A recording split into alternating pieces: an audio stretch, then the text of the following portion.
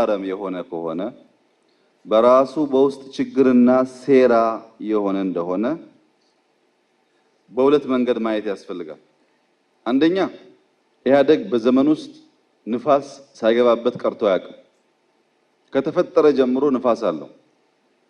ወይ የኮራፕሽን ንፋስ አለው፣ ወይ የአቅም ውስንነት ንፋስ አለው፣ ወይ አንዳንዴም ወደ ደም ወደ ብሔር የማድላት ንፋስ አለው። ሁሌም በሁለት መንገድ ነው ኢህአዴግ የፈታው። አንደኛው ቁጭ ብሎ በመነጋገር በሂስና ግለሂስ በግምገማ መታረም የሚገባቸው ነገሮች እያረመ አስተዳዳሪ በሆነ መንገድ እርምጃ መውሰድ የሚገባቸው ነገሮችም እየወሰደ፣ ሁለተኛው እራሱ ኢህአዴግ ውስጥ ቁንጮ የሆኑ ሰዎች ሳይቀሩ ሲያጠፉ ሲያበላሹ በህግ እየጠየቀ ሁለቱም ይከናወናል።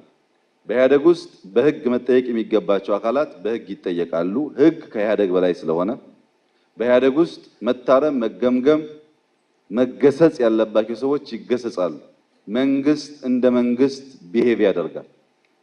ይሄ ሲሆን ብቻ ነው ኢህአዴግ በቀጣይነት መጓዝ የሚችለው እንጂ ንፋስ ሲገባ ግድግዳ እየሰራ ንፋስ መከላከል አይቻልም። ንፋሱን ተቀብሎ ከየት ነፈሰ፣ ለምን ነፈሰ፣ ችግሩ ምንድነው የሚለውን እያዩ እያረሙ መሄድ ያስፈልጋል። እንደዛ ካልሆነ መንግስት መሆን አስቸጋሪ ነው የሚሆነው። ከዚሁ ጋር ተያይዞ ደርግን የጣለው ኢህአዴግ በሚል በጣም በርካታ ሐሳብ አንስተዋል አባቴ። ደርግ የጣለው ኢህአዴግ አይደለም። ደርግን የጣለው ደርግ ነው። ደርግን መጀመሪያ የጣለው ደርግ ነው። ደርግ ገዳይ ባይሆን፣ ደርግ ጨፍጫፊ ባይሆን ማንም ሊጥለው አይችልም። ደርግ ጨፍጫፊና ገዳይ ሆኖ በሁለት እግሩ መቆም ሲያቅተው ኢህአዴግ ደግሞ በዚህ በኩል ሳስቷል፣ በዚህ በኩል ደክሟል ብሎ አመራር ሰጠና ህዝብ ነቅንቆ ከእግሩ ነቀለው። የዚህ ውድቀት ዋነኛ ተጠያቂ ራሱ ደርግ ነው። ሁለተኛው የህዝብ የተደመረ ትግል ነው።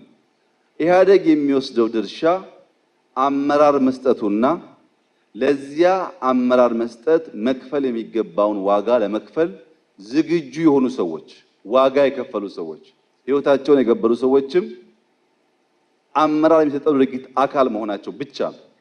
አሁንም ኢህአዴግን የሚጥለው ኢህአዴግ በውስጡ የተቦረቦረ እንደሆነና የህዝቡን ፍላጎት መመለስ ያቃተው እንደሆነ ብቻ ነው ኢህአዴግ የሚወድቀው እንጂ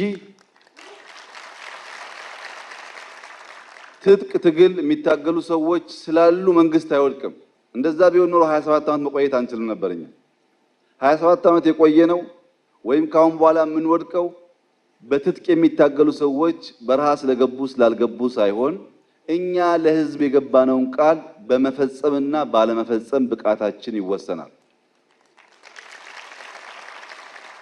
ኢህአዴግ ዴሞክራሲያዊ ከሆነ፣ ህዝብ የሚያዳምጥ ከሆነ፣ የህዝብ ችግር የሚፈታ ከሆነ ማንም ቢታጠቅ አይጥለውም። ምክንያቱም ህዝብ ከሱ ጋር አለ። ኢህአዴግ የሚናገረው የማይፈጽም ከሆነ የሚታገለው ትንሽ የሚሆን ትልቅ ህዝብ ላይ ለመቆም መሰረት ስለማይኖረው ተነቅሎ ይጠፋል ማለት ነው። አንዳንዶች ደርግ የወደቀው 83 ነው ይላሉ። አይደለም።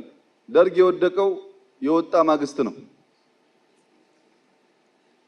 ሲንገዳገድ የቆየበት ጊዜ ቆጥረን ነው እንጂ ወጥቶ በማግስቱ መረሸን ሲጀምር ከህዝብ ልብ ወጣ፣ ከህዝብ አእምሮ ወጣ፣ ቀስ እያለ ከሀገር ወጣ። ከሀገር የወጣበት ጊዜ ሳይሆን ከህዝብ ልብ የወጣበት ጊዜ የወደቀው። እኛም እንዳንወድቅ መፍትሄው ህዝብ ማክበር ነው፣ የህዝብ ፍላጎት መመለስ ነው። ሲያቅተን ደግሞ መናገር ነው፣ መደበቅ አያስፈልግም። የሹካር ፋብሪካ ጀምረናል፣ አቅም የለንም፣ ታገሱም ብሎ በግልጽ መናገር።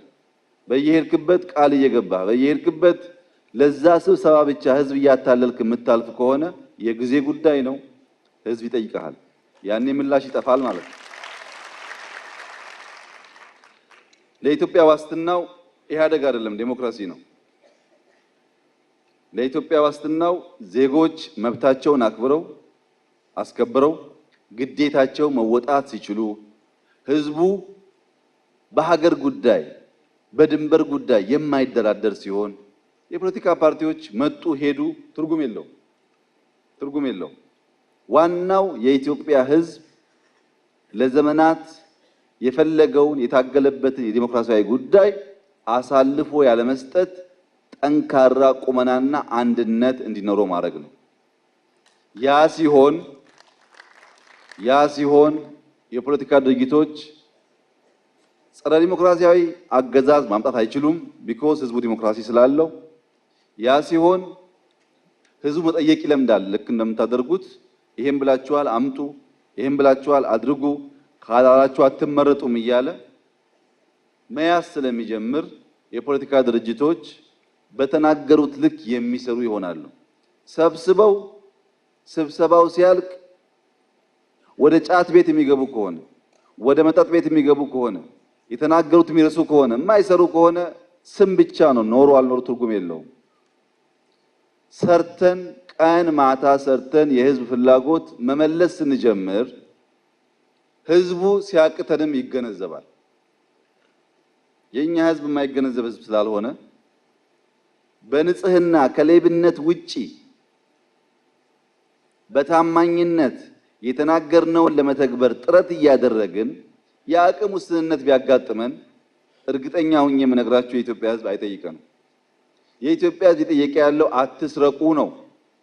ስሩ፣ ስራችሁን እየሰራችሁ አይደለም። ከአረቄ ቤት ውጡ፣ ስራ ስሩ ነው እያለ ያለው።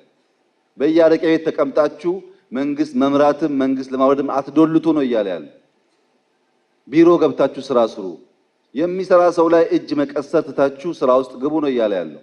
ያንም ማያደርግ ሰው በህግ አግባብ ማስተካከያ እርምጃ ይወሰዳል። ይሄ ለድርድር የሚቀርብ ጉዳይ አይደለም። ለኛ ዋጋችን ኢትዮጵያ ናት፣ ግለሰቦች አይደሉም።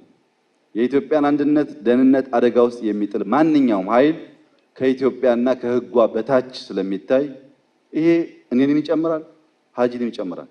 ከህግ በላይ የሆነ ማንም ሰው የለም ማለት ነው። ስልጣን ላይ ያለን ሰዎች እንደፈለግን በደባ በተንኮል መረበሽ ማመስ የምንችል ከመሰለን እንደማንችል በተግባር በማሳየት ብቻ ነው የምናስተካክለው። ይሄን ደግሞ ህዝቡ በጥንቃቄ እንዲመራው ይጠበቃል ማለት ነው።